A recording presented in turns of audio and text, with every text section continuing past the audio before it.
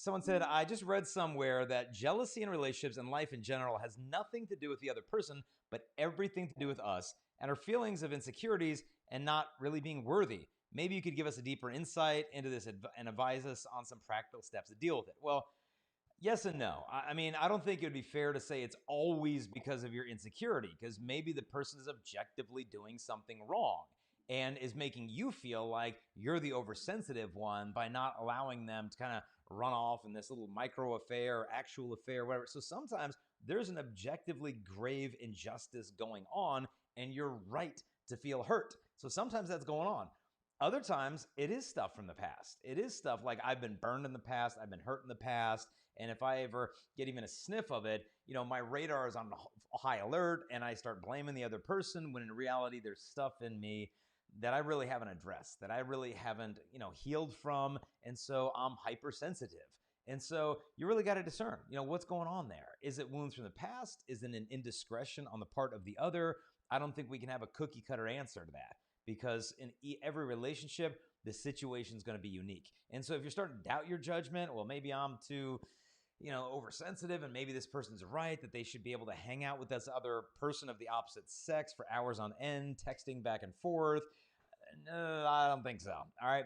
And so if you're really starting to trust or doubt your judgment, talk to people who love you. Talk to people whose opinions you respect and admire, and listen to what they have to say. Because, sometimes when you're in the middle of fog of a relationship, it really helps to get some outside advice. So, Kristalina, your thoughts? I'll run through some more questions here. Also, the other person really should respect that maybe you've been burned in the past, and just be sensitive to that. And over time, the more secure you feel in your relationship, the more you are really free from having those types of insecurities or thoughts, your mind just wandering when that person's away from you, and where are they at? What are they doing? Who are they with?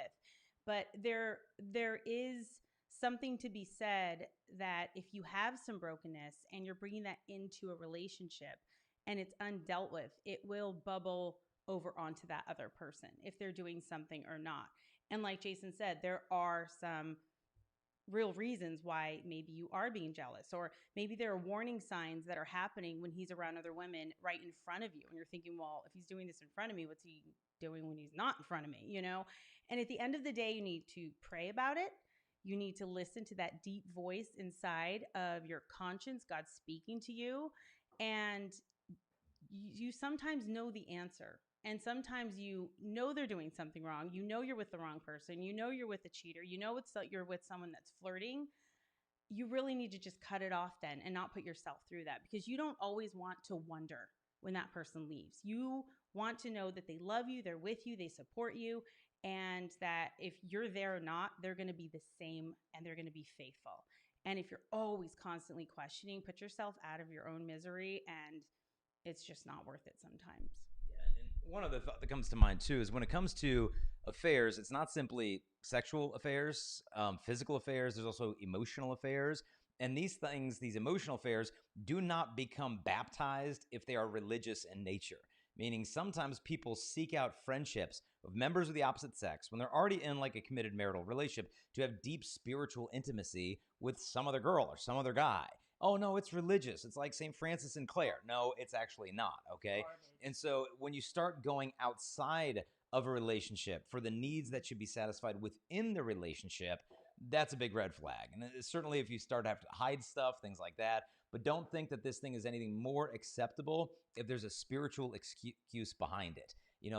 Yes, we should have friends, but, to me, you really got to have discernment for the other person. If they love you, then they're not going to call you oversensitive. They're going to care about your feelings instead of just dismissing them and discarding them and pretending like you're the problem.